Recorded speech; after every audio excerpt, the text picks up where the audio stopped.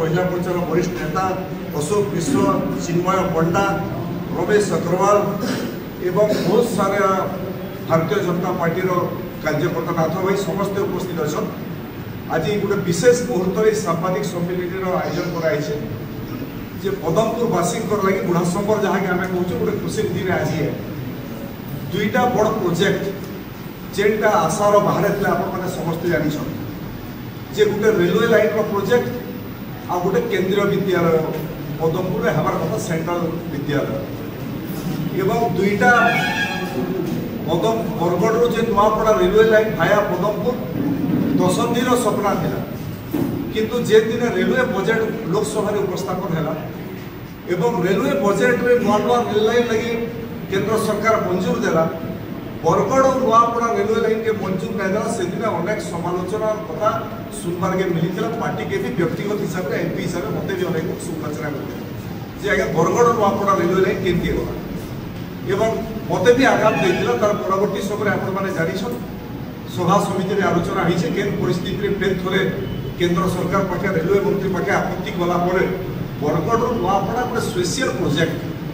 जेनटा feasibility नहीं थे भी ट्रेन में पैसा आसवा तार हिसाब किताब गड़बड़ी थे भी ठीक रिपोर्ट नहीं देते भी स्पेशल प्रोजेक्ट गोटे मान्यता केंद्र सरकार देगी 138 किलोमीटर रेलवे लाइन बरगढ़ और नुआपड़ा बराबर लगी 2846 कोटी टंका केंद्र सरकार मंजूर कर सारी एवं जमी अधिग्रहण कार्यक्रम बरगढ़ अंचल आरंभ हो सारी के जगह जमी जीवा चिन्ह से प्रक्रिया भी आरंभ होइछे नुआपड़ा अंचल भी से प्रक्रिया आरंभ होबाके जाउछे आमे चाहबू जे 2029 तक मुई केंद्र मंत्री अश्विनी वैष्णव को संगे गोटे मीटिंग रे आमे बसिथलो एमपी माने धर्मेंद्र प्रधान माननीय केंद्र मंत्री भी थिले मुई तांको से मीटिंग रे कहि के ऐसे के 2029 तक बरगढ़ पदमपुर रेलवे लाइन रे आप उद्घाटन करके ट्रेन में बसिक जीवा कथा आमे आशा करछु ट्रेन लाइन की प्रगति रे हेबा आ 10 दिन सपना पूर्ण करि जिबारु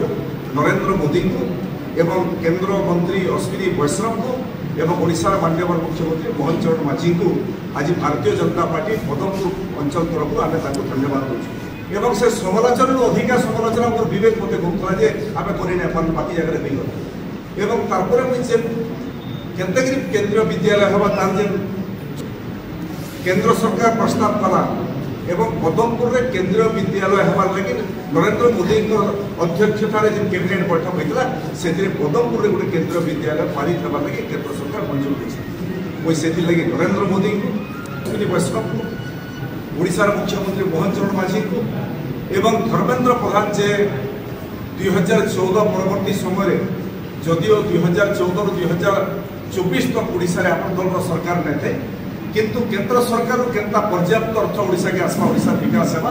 से मुख्य भूमिका नहीं श्रीयुक्त धर्मेंद्र प्रधान केंद्र शिक्षा मंत्री जे आपको सेंट्रल विद्यालय देवा लगी प्रस्ताव देछ मुई 4 जन को भारतीय जनता पार्टी पदमपुर अंचल तरफ आपणकर जरिया बहुत बहुत धन्यवाद एवं अभिनंदन ज्ञापन करूँ एवं तार संगे संगे दुईटा पर्यायर आलोचना होती आमर अंचल नरसिंहनाथ गोटे बड़ तीर्थ क्षेत्र है नरसिंहनाथ पर्यटन स्थली केता विकास है अतीत आम देखीचु जे विकास होवार कथा नहीं हो पारे धन्यवाद देवी 10 लाख टंका पहला थर लगी गोटे सरकार आसला वैशाख मेला लगी देले पाखापाखि 2 कोटी टंकार काम आरंभ होइछे आ पाखापाखि 40 ରୁ 50 कोटी टंकार डीपीआर तैयारी होइछे सेटा एप्रूवाल हला पर 40-50 कोटी टंकार फिर राज्य सरकार एवं केंद्र सरकार के अधिका पैसा आसवा लोके विभिन्न योजना लगी उद्यम के नृसिंहनाथ मंदिर पर्यटन स्थल विकास लगी राज्य और केंद्र सरकार चलई मुई से लगी धन्यवाद देवा लगी चाहिए एवं आज स्वतंत्र हिसाब से आम पदमपुर में जदिओ आम आशा करूँ 6टा जगह आम जीतु लोकसभा निर्वाचन में मोर अधीन में 6टा विधानसभा आम 6टा एमएलए जीतले दुर्भाग्यवशत लोक मैंने कण निष्पत्ति निर्णय मुझे जानी नहीं पारे उचित होता जदि गोवर्धन भोई भी भारतीय जनता पार्टी प्रार्थी जीति थे पदमपुर अंचल हक लगी जोटे आदिवासी नेता से दाबी उपस्थापन करुते अनेक काम डबल इंजिन सरकार दिल्ली और केंद्र में अच्छे किंतु पदमपुर में डबल इंजिन नहीं पारा जब गोवर्धन भाई जीति जाते ओडिशार माननीय मुख्यमंत्री संगे आलोचना है जे पदमपुर अंचल और काकड़ा विकास पार्बा पदमपुर अंचल रोड रास्ता चेक डैम जलसेचन विद्यालय